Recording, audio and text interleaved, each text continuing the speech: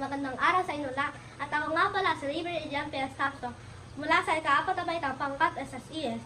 At ito ang aking performance sa APP Quarter 3. Pagtukoy sa kagamitan at pamamaraan ng pagsasaing.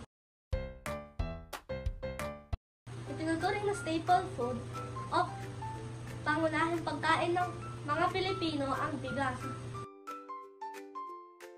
Kaya naman, ang pagkakaroon ng kaalaman at kasanayan sa pagsasaing ay mahalaga sa pang-araw-araw at magagamit ito hanggang sa pagtanda.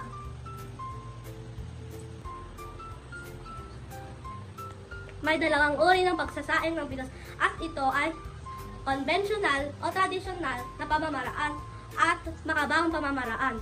Ang tradisyonal o konbensyonal na paraan ay makalumang pamamaraan ng pagsasaing gamit ang kaldero, kalan at uling.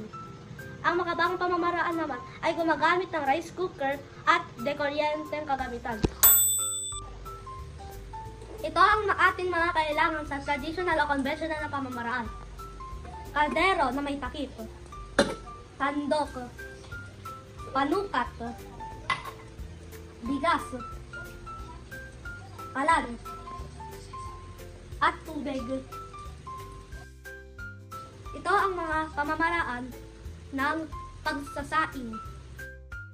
Una, sukatin ang dami ng bigas ayon sa mga tao na kakain.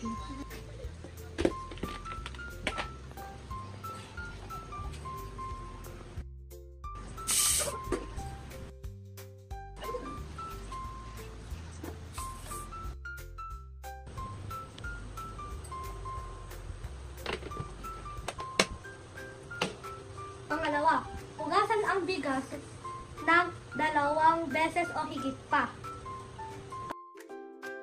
para matanggal ang mga dumi.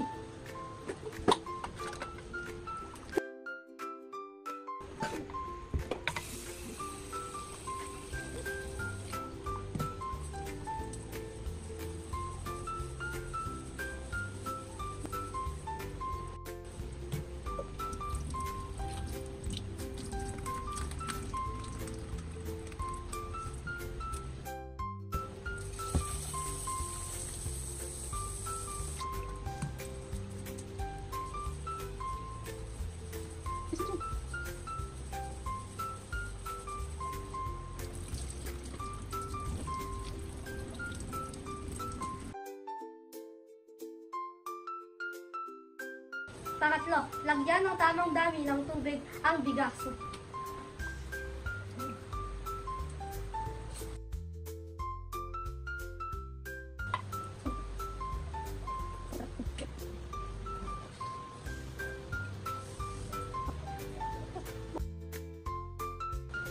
Pang-apat, ilagay ang kaldero sa kalan at lutuin ang bigas sa kantam-tamang apoy.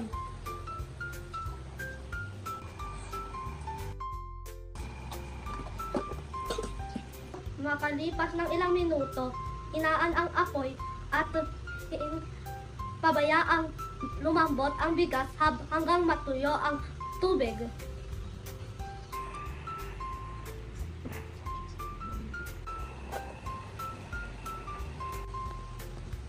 Panghuli, patayin ang apoy at hanguin ang kanin.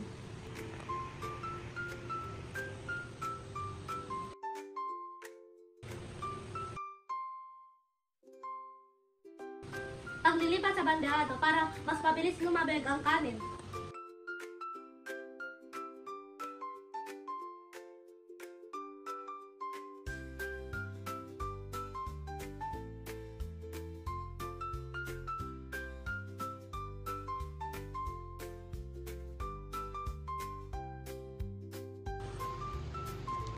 At ito naman ang mga kagamitan at mga makabagong pamamaraan ng pagsasaing gamit ang rice cooker.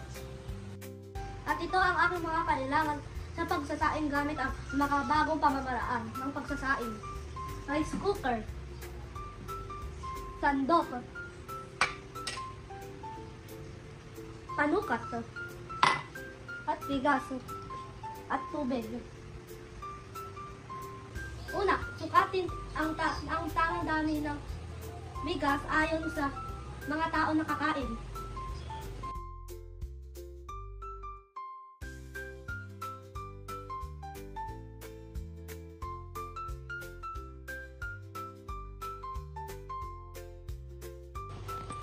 Pangalawa, hugasan ang bigas 2 beses o higit pa para matanggal ang dumi.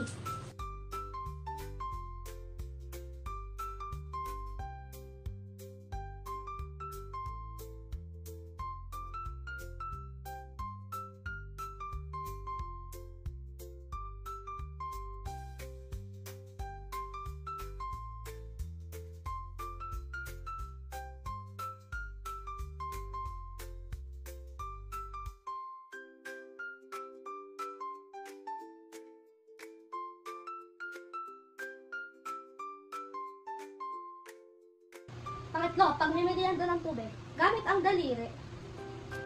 Ang sukatin ang dami ng tubig.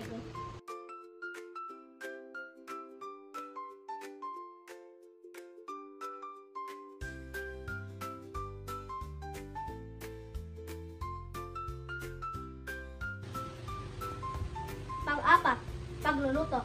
Isa lang na sa rice cooker at pindutin ang settings.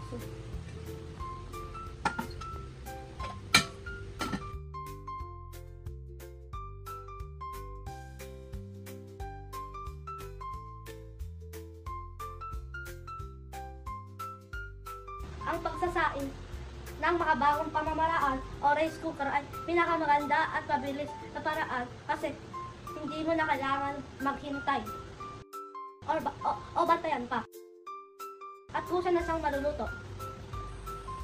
Ang huli, pagkatapos ng ilang minuto, kusa na itong maluluto, ilagay sa bandehado para lumamig.